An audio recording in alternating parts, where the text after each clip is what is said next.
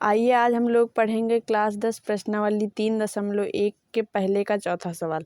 तो क्वेश्चन कह रहा है अनुपात A1/A2 B1/B2 और C1/C2 की तुलना कर ज्ञात कीजिए कि निम्न रैखिक समीकरण के युग्म संगत हैं या असंगत।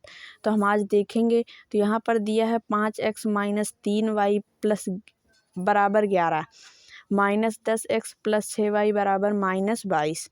तो हम इसे जो इधर है जैसे 11 बराबर के उस पार है तो हमें इधर लेके आना है और 22 को भी हमें इधर लेके आना है। तो हम लिखेंगे 5x - 3y।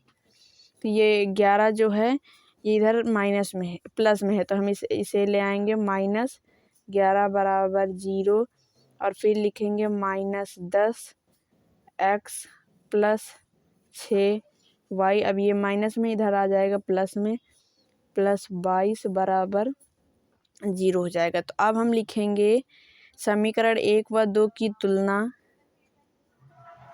समीकरण 1 व 2 की तुलना A1x + B1y + C1 बराबर 0 और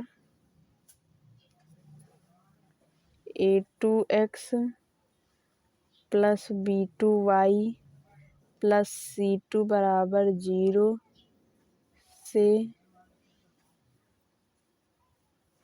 करने पर। समीकरण 1 व 2 की तुलना A1x + B1y + C1 बराबर 0 और A2x + B2y + C2 बराबर 0 से करने पर।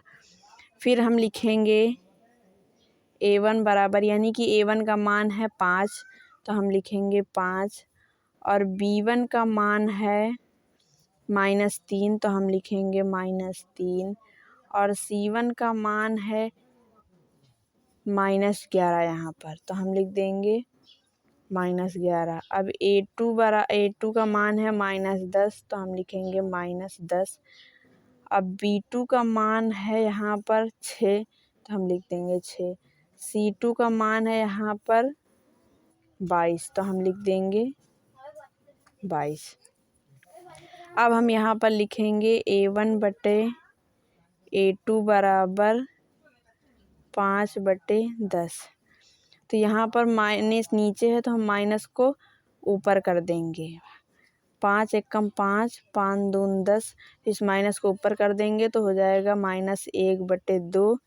अब यहाँ पर हो जाएगा B1/B2 बराबर -3/6, 3 एकम 3, 3 दून 6, तो हो जाएगा बराबर -1/2। अब यहाँ पर हो जाएगा C1/C2 बराबर -11/22। तो यहाँ पर हो जाएगा 11 एकम 11, 11 दूना 22, तो यहाँ पर हो जाएगा ये माइनस लगा के 1/2। तो A1/A2 बराबर B1/B2 बराबर C1/C2। चूँकि इसके अनेक हल हैं,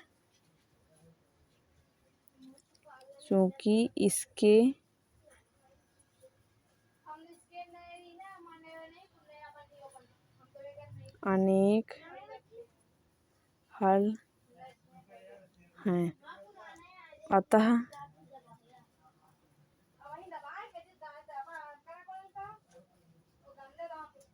दिया गया समीकरण युग्म संगत है। इसमें इसलिए अनेक हल हैं ताकि यहाँ पर एक ही रेखा के ऊपर दूसरी रेखा खींची है, फिर उसी के ऊपर तीसरी रेखा खींची है। तो जितने जितने बिंदुओं पर टच करेंगे उतने ही हल होंगे, यानी कि जितने बार टच करेंगे उतने हल होंगे। तो यहाँ पर एक के ऊपर एक है तो सारे जगह टच कर रही है, तो यहाँ पर अनेक बिंदु होंगे, इसीलिए इसके अनेक हल होंगे। तो हम आपसे उम्मीद करते हैं कि ये सवाल भी आपको सही तरीके से समझ में आ गया है। आप लोग हमारे वीडियो को लाइक, सब्सक्राइब और फॉलो ज़रूर करें और कमेंट में ये भी बताएं कि ये सवाल आपको समझ में आया या नहीं, हम फिर से समझाएं।